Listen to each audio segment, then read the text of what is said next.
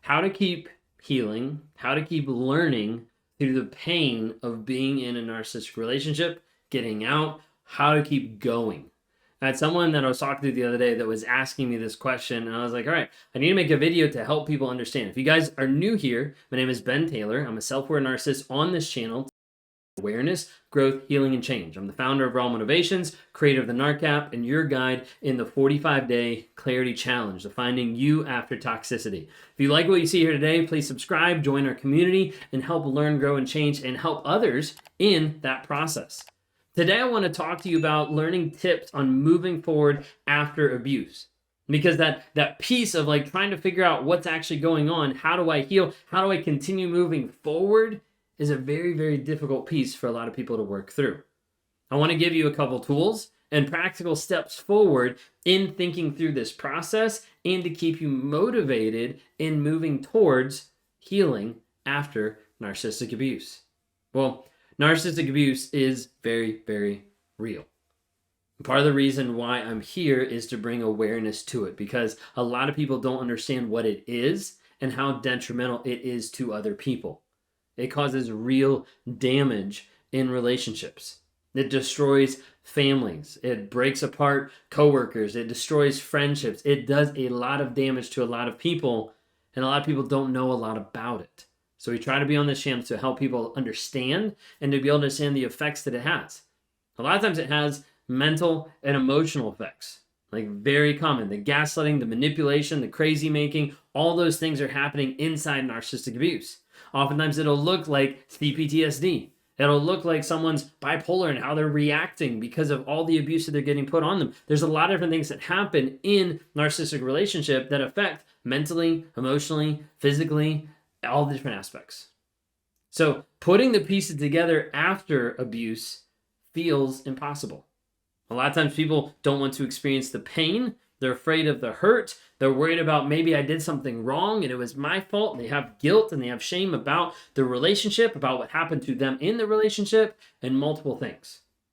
So I want to give you a couple tips, and I want to give you a couple things to help just try to help you through it, help motivate, maybe help inspire in some aspects, to help you kind of work through the idea of like, how do I keep going? How do I keep going through this crazy making process, and how do I find that healing? The first one I want you to think through is hurt is temporary when coupled with good healing. Now, oftentimes when we talk about healing, a huge aspect is like you need to heal, not in a perfect way, not in a certain correct way, but you need to process the things you need to process in order to heal. Sometimes I'll use an illustration of, hey, if you have a broken leg and you refuse to go to the doctor and get the leg properly set and you continue to walk on the leg over a period of time, you get frustrated because you're like, why am I not healed? Why is my leg not working the way it's supposed to work? Well, it's because it actually didn't get set properly. Like it actually didn't go through the correct process to have it heal. Oftentimes when we're dealing with narcissistic abuse and people coming out of that, it's so much easier to move past it really quick. Now, I know a relationship is much more of a bigger thing and much more of pain than a broken leg, okay? But oftentimes people don't want to heal and don't want to move through that pain because they'd rather compartmentalize and kind of push it to the side. This is why a lot of times you'll have people get out of a narcissistic relationship and jump straight into a brand new narcissistic relationship because they're looking to just move past it so they don't have to deal with the pain and the hurt that they're feeling. The thing you have to understand is the more you run from it, the harder it is to heal. Now, when we talk about healing and we talked about pain, normally people want the healing, but they don't want to have to deal with the pain. This is why we have pain pills. This is why we have meds, to be able to help people process and deal with the pain. There's also an aspect with mental and emotional pain that people have to walk through that and process that so that it actually has a proper chance to heal. Now, in talking through out in the Midwest, buffalo and cows, random side note, buffalo and cows, okay? When cows get scared of a storm that comes over, they run away from the storm. The storm keeps chasing them and follows them. When buffaloes get scared, they actually run towards the storm. And what it does is it minimizes the time that they're in the storm. Okay, that's the illustration. Side note, with this, buffaloes and cows, what I'm talking about is when people tend to see the pain and get scared of the pain and run away from the pain instead of dealing with the pain, they maximize the time that they're actually in the pain. Just like walking on a broken leg is going to keep a long time painful versus, hey, I need to sit down, take care, and focus on this leg to get it healed.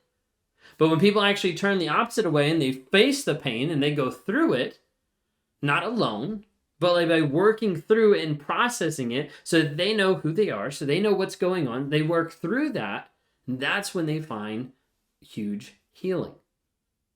But a lot of times it's hard when people are running from the pain, and when they're hiding from it, they don't really work through the pain. And as a result, the pain is always there.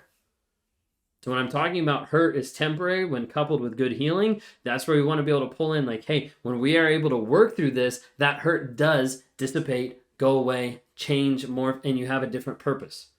Okay? A lot of times people that are stuck in the hurt for a very long time, I'm talking like years, is because they haven't done the work to actually go through that healing process. Some people might be pissed off at me for saying that, but that's what it is. Okay, the second one, finding a focus of who you are. You've been ripped apart by another person. You've been torn down. You've been broken down by a toxic person. And the thing is, you have to start to find you after the abuse. So as you sit here today, who are you apart from what you do? Apart from being a mom, apart from being a dad, a part of having a certain job or a vocation, or being a certain person in your family's life, whatever it might be, who are you apart from what you do? See, a lot of people can't answer that question. A lot of people don't actually know what's going on inside. And as a result, you need to be able to step back and be like, hey, how do I need to re-engage on a day-to-day basis with what brings me joy? With what connects with my vision, my values of the direction that I want to go. You see, so many times people aren't able to find healing because they don't know a direction they're going.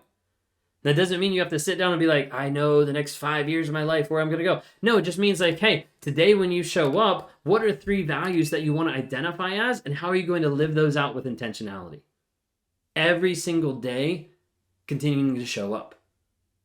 The third one I want to talk to you about is daily intention and habits. So building intentionality into the things that you do on a day-to-day basis. So many times people are like, I can't figure this out. I hate this. I just want to give up. Be like, okay, what are you doing on a day-to-day basis? Well, I did this like 3 days ago. Okay, what are you doing on a day-to-day basis? Well, and all of a sudden we start seeing the conversation change a little bit and people start to get really frustrated. I'm like, okay, like, how did you meditate? Okay, we talked about meditation. How did you meditate, the past week, every single day for 5 minutes, for 10 minutes, for 20 minutes, whatever you decided? How did you do that? Well, I didn't really do that. Okay, then how do we expect different results if we're not putting in the work? And this is the hard part, is showing up every day with the daily intention of, hey, this is how I'm going to show up. This is what I'm going to do. This is how I'm going to accomplish it, and starting to build that plan. As you start to build that plan and implement it into your life, you start to bring confidence. Confidence after the narcissist, after the toxic relationship, is you coming to the table and saying, hey, here's 3 small things I can do today. You go into the day, you complete those, and you're like, wow, like I actually did that. Let me go ahead and set 3 more for the next day. And you start to build over repetition. You start to build confidence in your life of saying, hey, I actually do have this. I can survive without that toxic person defining who I am. I actually can survive regardless of that person that used to define my worth. I actually can survive and move forward without having that toxic person controlling every single thing in my life. So looking at what is your daily intention, what is your habits? Like, develop small things, build like a small checklist, like work on implementing having self-care, putting time management of like, I'm going to schedule in self-care to make sure it actually happens. The thing is, you can't sit here and be like, hey, I'll do it, when I feel better. I'll do it when I have momentum. That's not going to happen. You can't have momentum without movement. There needs to be something, even if it's small. Like I said, even if it's 3 things, even if it's 1 thing, like starting that process and then repeating that process time and time and time again to develop that intentionality, to develop that confidence as you start to notice a litany of things you're like, hey, I can actually do this. That's when habits come in. Habits start to focus you on your self-care, on your vision. They start to focus you of like, hey, what habits do I need to bring into my life to develop and become the person that I need to be? Daily intention and habits. The other one I want to talk to you about is community. Community is super important in your healing, because when you start to think, I can't do this anymore. You call up a friend, you call up a buddy, and you're like, I don't think I can do this anymore. And they're like, hey, I got you. Let's talk. Let's do this. Let's work on this. Like all these different things to help you move forward. The thing is, with community, you have to be really intentional to make sure you find people that know and understand what you're dealing with. If you have community and they don't understand narcissistic abuse, they're probably not going to help you. Oh, you should just leave. You should just get over it. Yeah, those are well-intentioned people that don't help at all because they don't understand the things that you're going through. This is why you need to partner up with a good therapist, a coach, mentors, survivors, people that are going to help you along the way so that when you start to stumble or when you're like, maybe I should go back, they can be like, hey, come on, I've been there too. We can do this. So developing and being involved in a community. And last but not least, what I would say is to keep showing up. Regardless of how it feels, regardless of the results you see, to keep showing up and saying, hey, I'm here and I'm working on this on a daily basis. I'm making time. I'm focusing on this. I'm having intentionality. I'm finding out who I am. I'm showing up every single day because at the end of the day, you are the only person. You are the only person that can change you. You are the only person that can impact your life in a positive, changing way, growing, healing, and developing. If any of this resonated with you, I want to invite you to join with us in the 45-day challenge to help you grow and find yourself after toxicity, to be able to develop accountability and responsibility with a community that will help you along that, and to go through a 45-day systematic process of helping to heal from that abuse. All I ask you is to show up every single day. 15 minutes. 30 minutes, however long it takes you. Show up every single day and say, hey, I'm here to learn, and then here's what I'm learning and telling the community to be able to help you grow and to give you a guide and a plan for that. So if you're feeling lost and confused of like, I don't know where to start, I don't know what to do, go to claritychallenge.net. Would love to have you join in the next challenge that we're doing to help you find clarity after toxicity.